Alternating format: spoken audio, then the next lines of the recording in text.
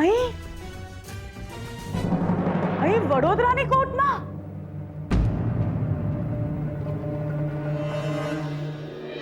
હા,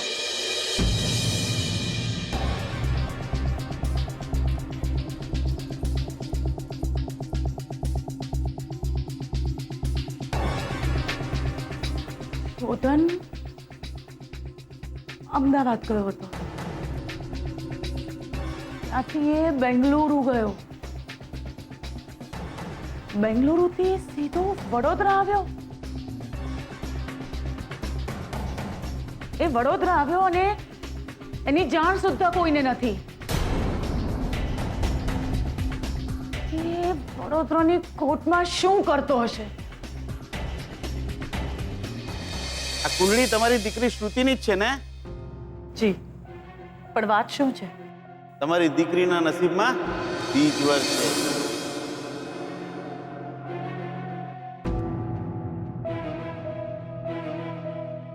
શોધન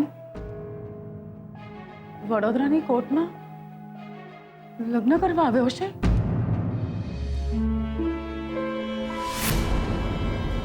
કૈલાશ, કૈલાશ, મને યાદ કરીને એક વાત કહે તો, કોર્ટમાં શોધન એકલો હતો કે એની સાથે કોઈ છોકરી હતી?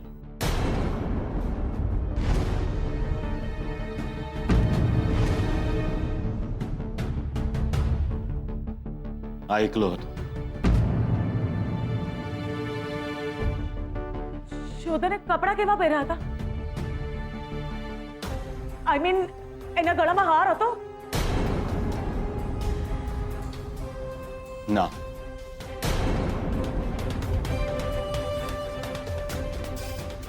કલ્પના, તું આટલું બધું ટેન્શન નહીં લેશ. કૈલાશ, જે દીકરીની કુંડળીમાં બીજવાર હોય ને એની માના નસીબમાં ટેન્શન આપોઆપ આવી જાય.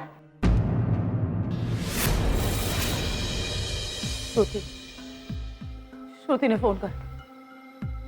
કૈલાશ, સૌથી પહેલા શ્રુતિને ફોન કર.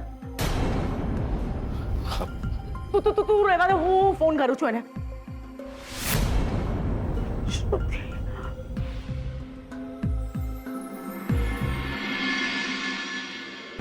હા મમ્મા, શોધન ક્યાં છે? શોધન તો બેંગલુરુ છે. You idiot! જેની સાથે તારા લગ્ન થવાના છે એ બેંગલુરુમાં છે કે અહીં વડોદરામાં છે એ પણ તને ખબર નથી? વોટ? શોધન વડોદરામાં છે? પાછી આવ. શ્રુતિ, તું અત્યારે ને અત્યારે વડોદરા આવવા નીકળી જા. અરે પણ શોધન ત્યાં. ખબરદાર શ્રુતિ, ખબરદાર, જો તે શોધનને ફોન કર્યો છે ને તો તું અત્યારે ને અત્યારે વડોદરા આવવા પાછી નીકળ, પછી બધી વાત. અરે પણ મમ્મા, સમજાય છે તને? પહેલા ઘરે આવ રાઈટ ના.